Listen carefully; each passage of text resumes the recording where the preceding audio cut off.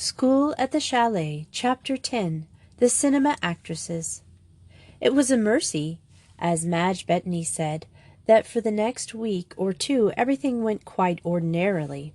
Grizel and Juliet gave the prefects no further trouble. Simone ceased for the moment to behave in a sentimental way. Amy Stevens gave up crying on the smallest provocation, and there was peace in the Chalet school. The only event of any note was an accident Brunhilde had with the red ink. All the stationery was in one cupboard, the key of which Miss Maynard kept. Brunhilde had been appointed stationery prefect, and she went every Friday and gave out the new stationery as it was required. It was not a very heavy task as yet, since everyone had started with new books at the beginning of the term. Scribblers and little notebooks were what were mainly required. And Grizel Cochrane, in her capacity as ink monitor, came on Monday for the week's supply.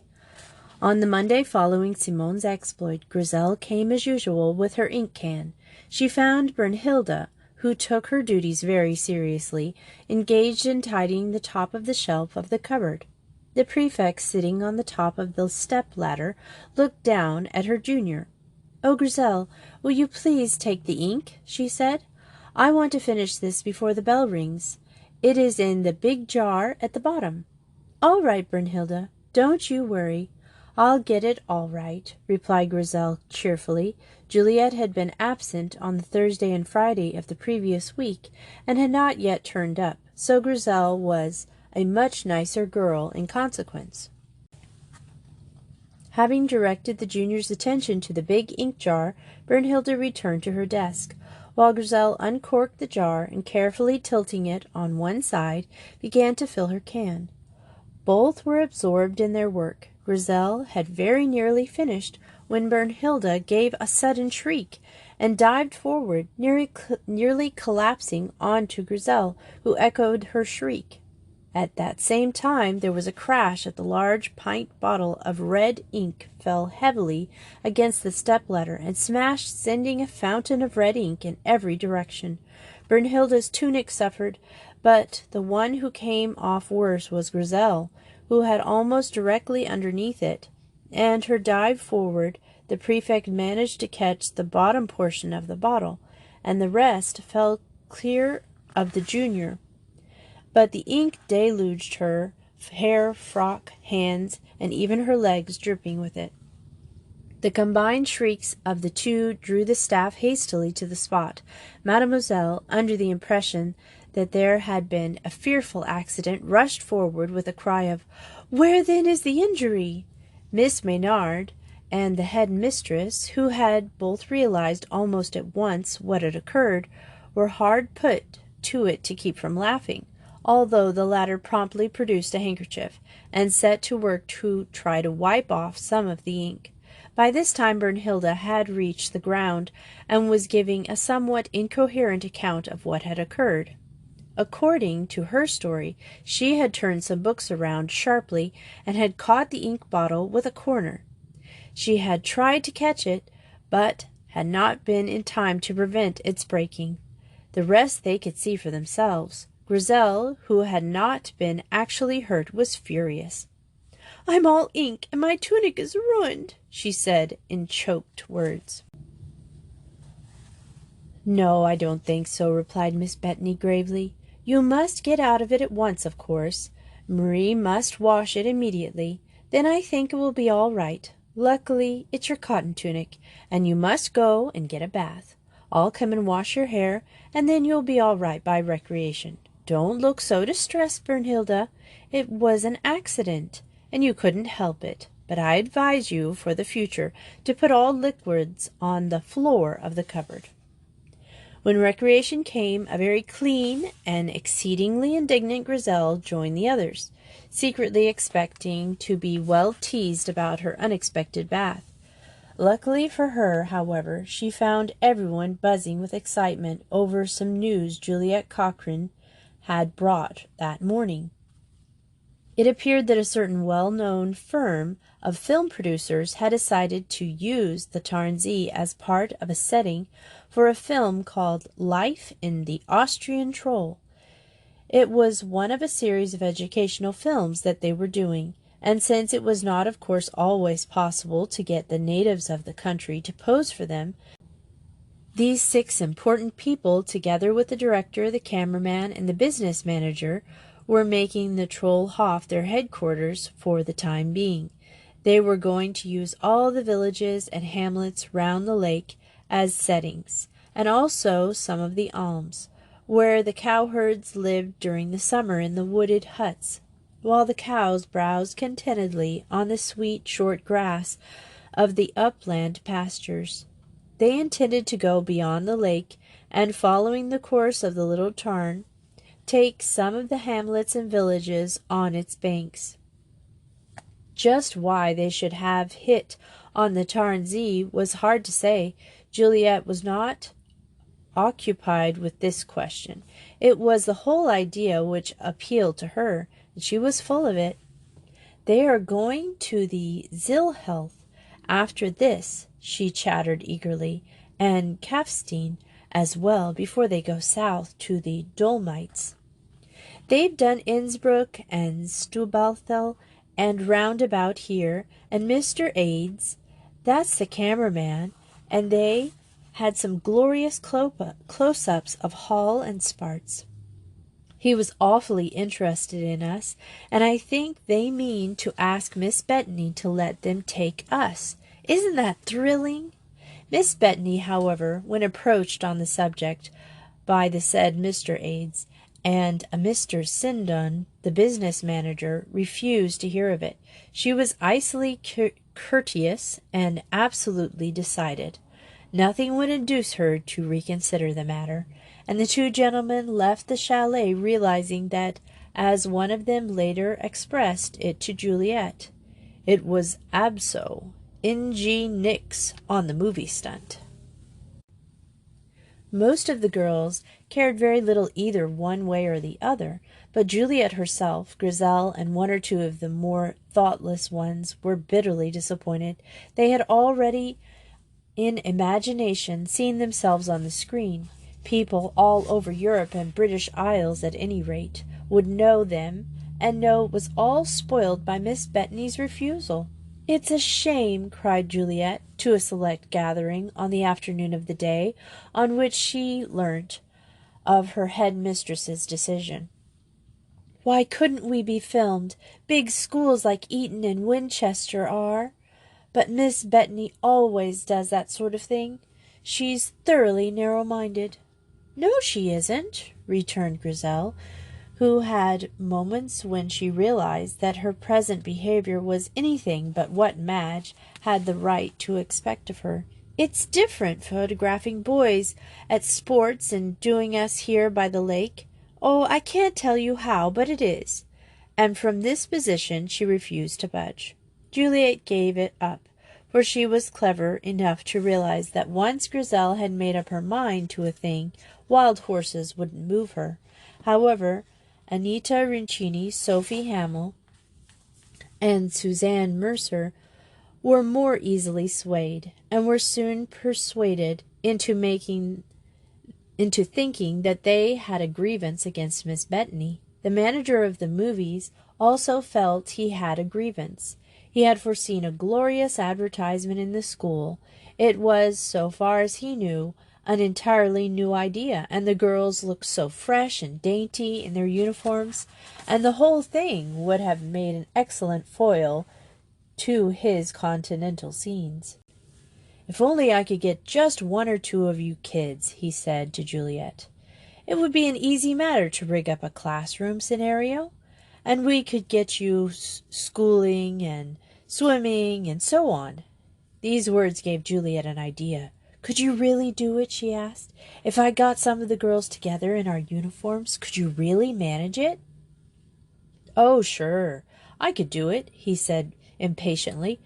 "Come to that, I suppose I could rig up something in the States when we get back." "But it wouldn't be the same scenario," said Juliet earnestly. We could fake in near enough for the public, he replied, but it would be better with the same backgrounds, wouldn't it? Of course it would, but that schoolma'am of yours won't even listen to the idea. So what's the good of talking about it? He said irritably. Supposing I were to get 2 or 3 of the others to come, couldn't you take us? Queried Juliet. Mr. Seaton's face lit up at the idea. I could manage it, of course, he said slowly. When could you arrange for it? Because we are off next Friday, so it would have to be before then. Would Saturday do? Yes, that would do very well. Bring your uniforms and your swimming gear. Juliet tackled her 4 classmates by dint of flattery, coaxing, in the case of Sophie Hamill, frankly bullying, got them to agree to join her. As she had expected, Grizel was the hardest of them to capture. She gave in when Juliet had alternately scolded and pleaded with her for nearly half an hour, and agreed to be at Geslam, at a little hamlet 1.5 miles up the lake shore, on Saturday morning. It would be an easy matter for her to be there, for on Saturdays they were left very much to themselves, Madge Bettany having a theory that it was better to trust the girls than to watch them continually. They were not allowed to bathe or go boating unless a mistress was there, but otherwise no one interfered with them, and so far there had been no necessity for interference. Therefore 10 o'clock on Saturday morning found Grizel in the company with Juliet, scrambling along the narrow rocky path that leads from Brasso to Geslam. Aren't you thrilled? Demanded Juliet, as they stopped to rest in the great fan of the Alvéole rock, which marks the halfway between the 2 places. I am. I never acted for movies before.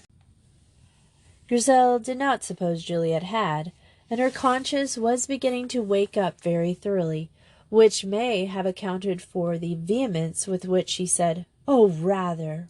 Awfully." Juliet shot a quick glance at her from her strange dark eyes, but she said nothing.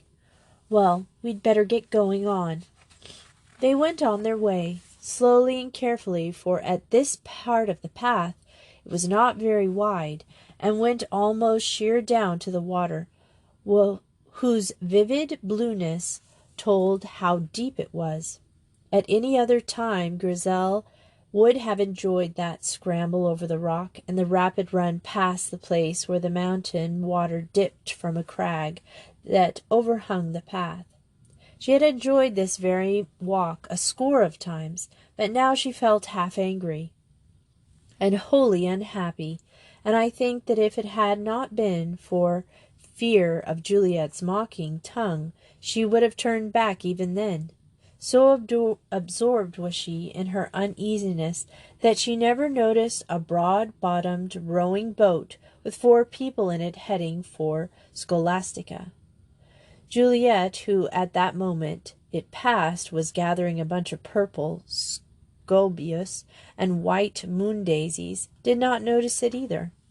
The occupants of the boat glanced up, attracted by the splash of brown against the green of the elm, which they had reached. Juliet they passed over, but as Joey Bettany's eyes lingered on the other gem-frocked figure, she gave a gasp. "Herr Munch," she cried, "that's Grizel. Whatever is she doing there?" Herr Munch turned a placid face towards the place, but the 2 girls had vanished behind a clump of trees which protects the footpath from the lake at this point. "So," he said politely, "then that is why we could not find her when we came to fetch her? But it is wrong for her to be here." "I'm sure my sister doesn't know about it," declared Joey. "She thought Grizel must have gone to buy apples from the old woman at Seespitz, 'cause she said so." Herr Munch's fair German-looking face became troubled. "That is very wrong of das Männchen," he said gravely. "Would you like us to land at Geslam and take her into the boat? Joey thought rapidly for a moment. They had never been told that they were not to go to Geslem by themselves, but she knew that Madge was always a little nervous about that path, especially the narrow bit of it. "Yes, please. I think it would be better, if you don't mind." Without a word, the good-natured Austrian turned the boat towards the little green triangle with its big white gathus, which forms Gaslem. A group of people were standing there talking together. Joey recognized the cinema folk, but still she didn't guess what was up until Brunhilde cried, "Why, there are Sophia and Anita! How strange for so many of the Chalet girls to meet here today." Then Joey understood. "Oh," she said, her face pale no longer, but tanned by the hot sunshine, flamed with sudden anger. "Oh, how can she, when Madge said not?" "How can she do what?" asked Brunhilde, who was slow at grasping things. "And of whom are you speaking, Joey?" "It's Grizel. Juliet's done it, of course. She's mad on them," replied Joey incoherently. "Oh, Herr Munch, please stop them. Madge will be so angry, and it isn't fair when she said she wouldn't." Herr Munch was quicker than his daughter.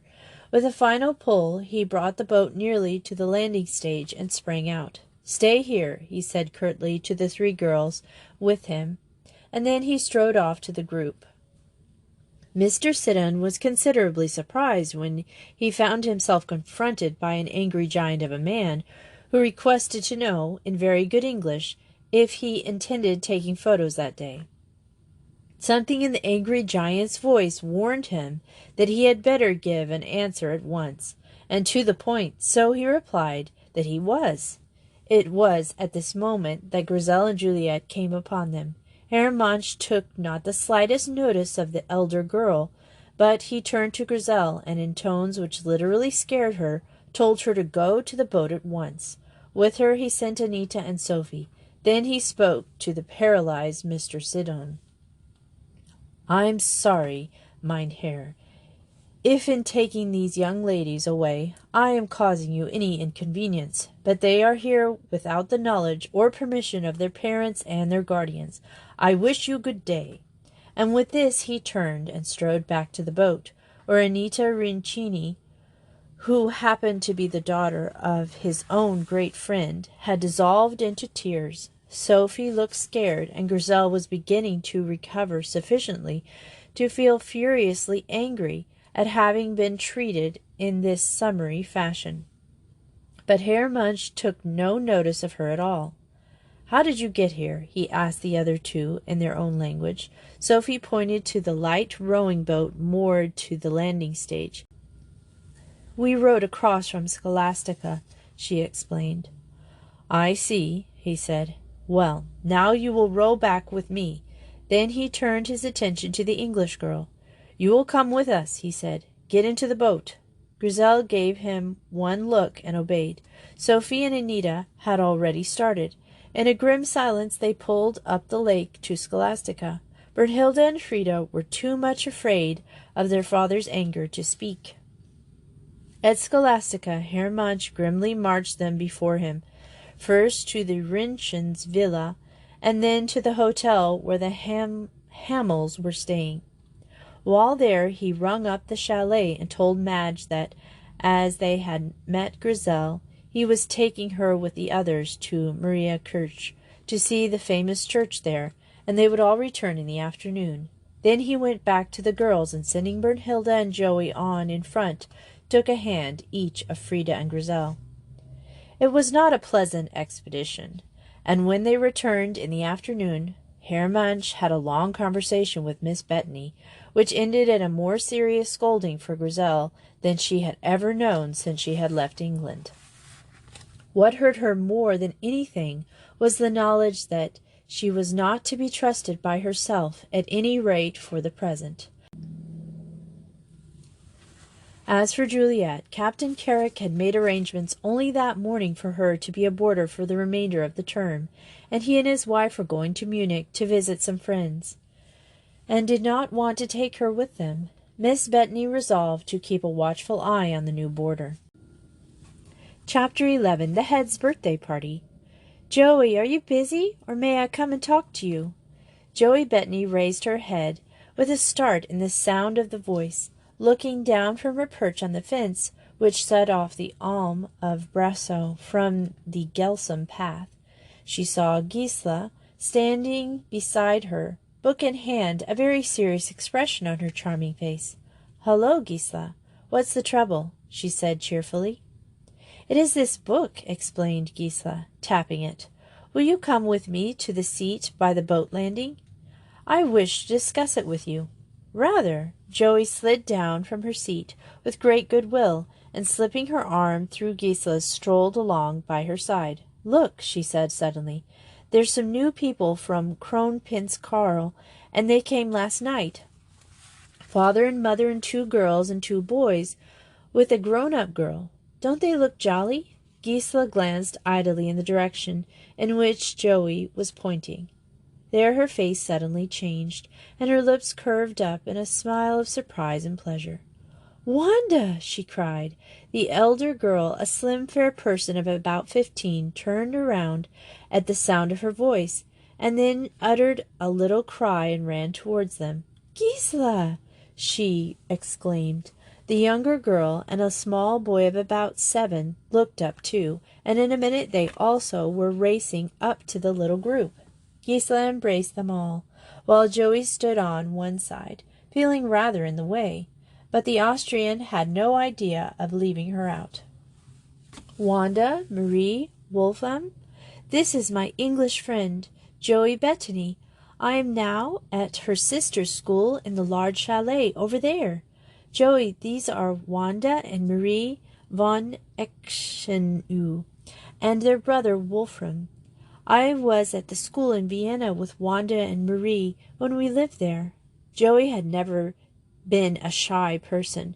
She had traveled about too much for that. So now she came forward and shook hands easily. "Hello," she said. "Are these your holidays?" The elder girl, whom Gisela had saluted as Wanda, smiled. "But no, not holidays," she said, and her careful speech reminded Joey of the first few weeks at the chalet school. "We have left our Leitch, and we are resting here until Mamma finds us one where we can be always. Ah, you call it boarding school, I remember." "Oh, Wanda," cried Gisela, "you must come to the chalet school."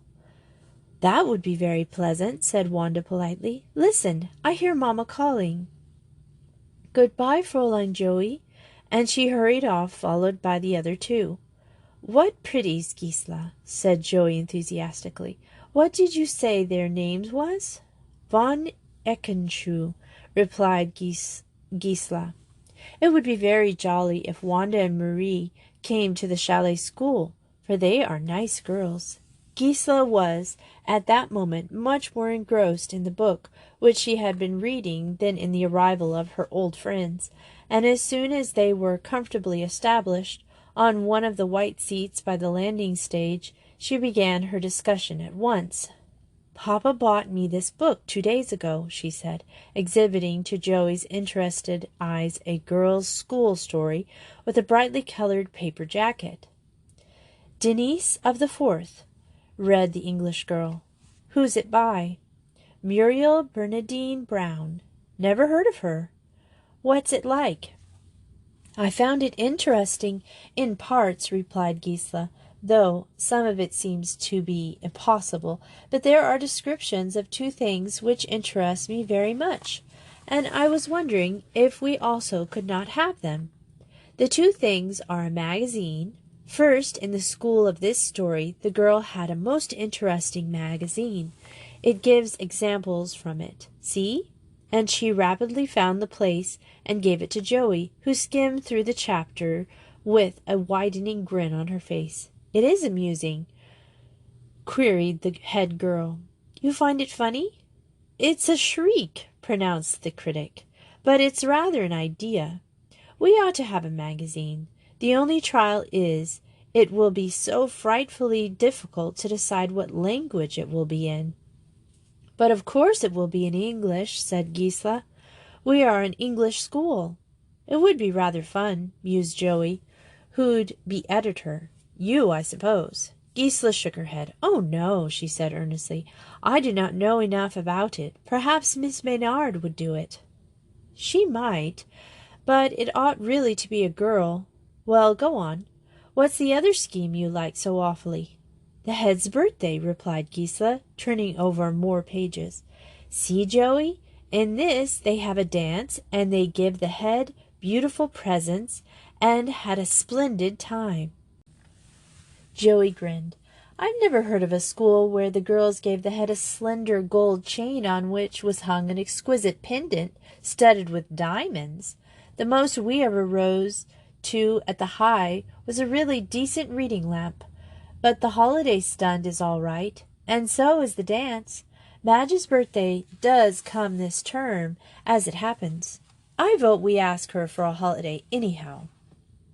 "But she must also have a gift," protested Gisela, "and flowers as well. What day is it, Joey? Soon?" "It's July the 4th," replied Joey. "Next Thursday. It would be a ripping scheme to go for an expedition somewhere, wouldn't it? Tell you what, we might go up the Mondenschenspitze and have a picnic there, and then come down and have the dance in the evening. Oh, glorious!" "And the gift?" persisted the head girl. "We all admire and love Miss Bethany so much, we would wish to give her something." "Oh, well, that's for you to decide," returned Joey. "But of course we will. You will want to give your own souvenir. We won't ask you to join unless you wish it, but I know the others will. What would Miss Bethany like?" "Oh, any old thing. She'd like whatever you give her." "The flowers will be easy," persuaded Gisela thoughtfully. "We have a garden. Bet has a garden. Anita and Giovanna have a garden, and so has Gertrude. We shall have roses, lilies, and all kinds of flowers." "Let's go and ask the others," proposed Joey. "It's nearly time for prep anyhow. And you'll have to ask my sister for the holiday, you know. And you'll have to give whatever you do decide to give her." Gisela colored faintly. She was rather inclined to be shy. "In Dents of the 4th, Mervyn, it's the head girl, asked them to cheer the head mistress," she said. "I should have to do that too?" "Of course. What do you think? Here's Gertrude and Grizel coming. Let's tell them now, shall we?" "Don't you think it would be better if we waited till everyone was together?" suggested Gisela diffidently. "And should I not ask the prefect first?" "Yes, I suppose you should," conceded Joey reluctantly. "All right. You go and call a prefect's meeting, and I'll go and see what Simone is up to. I haven't seen her since Mettingen." Joey skipped off, leaving Giselle to follow at a more stately rate, as befitted a head girl. Simone greeted her friend with mournful eyes. "I looked for you everywhere, Joey," she said reproachfully. "Well, I was reading on the fence," responded Joey briskly. "Then Giselle came to talk to me about a new book she was reading. Oh, Simone, do you remember those people who came to the Crown Prince Karl last night by the last boat? We've just met them, and they're friends of Giselle's. Come from Vienna, and they're here for a while. You remember the two pretty girls like fairy princesses? Their names are Wanda and Marie, and Gisela wants them to come to the Chalet school. What's the matter?" Staring in undisguised amazement at Simone, who looked as if she were about to burst into tears. "Aren't you well?" "Oh, Joey," said Simone pathetically, dropping into her own language in her agitation. "Oh, Joey, don't have any more friends. Please, Joey, don't. You've got Grizel and Gisela and Bet, and I've only got you, and now you want those two new girls that you don't know at all. Oh, Joey, don't be so selfish." Joey stood stock still in her amazement. "Selfish?" she repeated. "Selfish? It's you who are selfish. I've told you over and over again that I'm going to have all the friends I want, and it doesn't make one scrap of difference to my being pally with you. I don't mind your having other friends. I don't see why you don't." Margia would chum with you if you gave her half a chance, and she's a jolly nice kid. It's no use looking like that, Simone. It doesn't make one scrap of difference. If I like Wanda and Marie, I'm going to like them. And if they do come to the chalet and we want to be pally, I shall be. Then she relented somewhat at the look of misery in Simone's great dark eyes, and slipped an arm round her shoulders, giving her a gentle little shake. Do buck up, Simone, and be a man. You'd be twice as jolly if you only would. Look here, there's 5 minutes before the bell goes. I forgot my watch is fast, and there's just time to tell you what Gisela was talking about.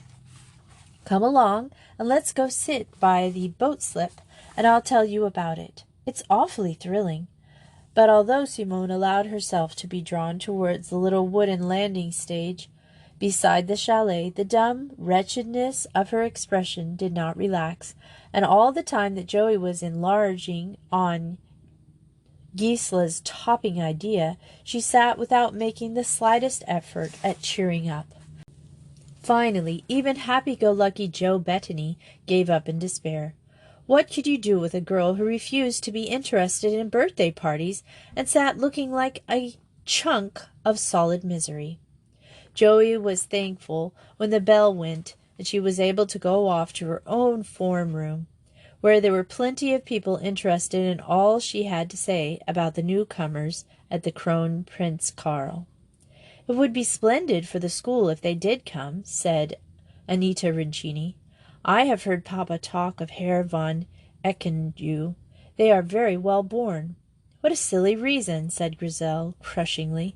The real question is, will they be all right in school? Are they good at games, for instance? They will not know cricket, laughed Sophie, coming to the rescue, for Anita was too much squashed by Grizel's remark to say anything. You will have to teach them that, Grizel. 2 more perhaps for your team.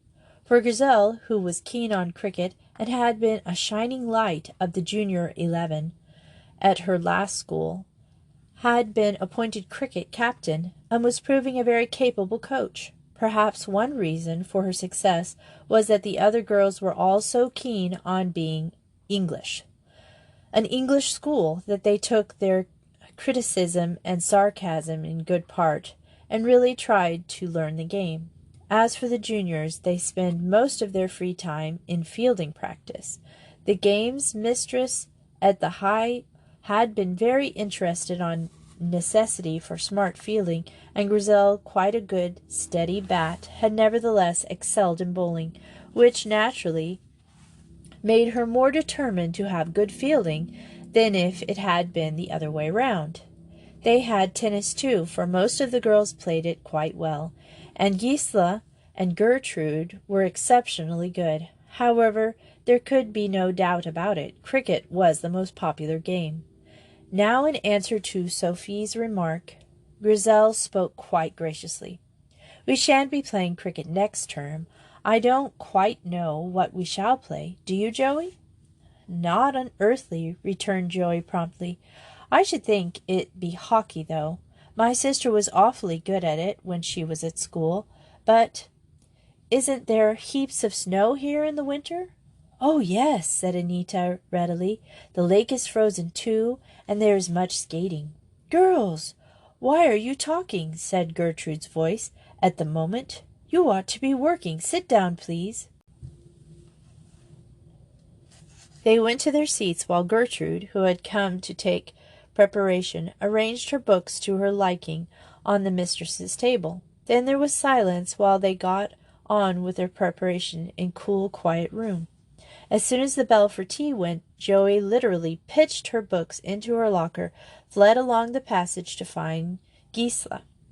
She wanted to know what Madge had said about the birthday party. However, she had to possess her soul in patience, for the head girl was in the prefect's room. Luckily, those great people had decided to make all arrangements as soon as possible, and when their own tea, which they were allowed to have by themselves, was over, they came down to the Spesenel, where the others were. and Gisela, blushing furiously, murmured a request to Miss Bernard, who was taking tea. Miss Maynard nodded and got up at once. "Yes, certainly, Gisela. We have just finished, so I will say grace and then leave them to you." She said grace and then went out of the room. "Will you all please sit down?" said Gisela, when the door was shut. They all sat down. Joey squeezed her hands together in her excitement, for, of course, this must mean that Madge had agreed, and they would be able to go up to the Maudenschenspitz, which she had been longing to do ever since Herr Munch had told them about it. Gisela was quite brief. She explained to them about the English custom of celebrating the head's birthday, and told them that she and the prefects had thought it would be a good plan to celebrate Miss Bettany's. Miss Bettany had no objection to their having the holiday, and subject to the weather being fine, she agreed to their making an expedition. If it was wet, they would have the party in the chalet. "Miss Bettany had been very good to us," went on Gisela, "and I think you would all like to join to give her some souvenir of the first term of the chalet school, would you not? So any who wish it may bring contributions to Bertoncini or myself tomorrow, and on the Saturday we will go to the Innsbruck and purchase something. And on Thursday will those of you who can please bring flowers, and come early so that we may also give her a bouquet."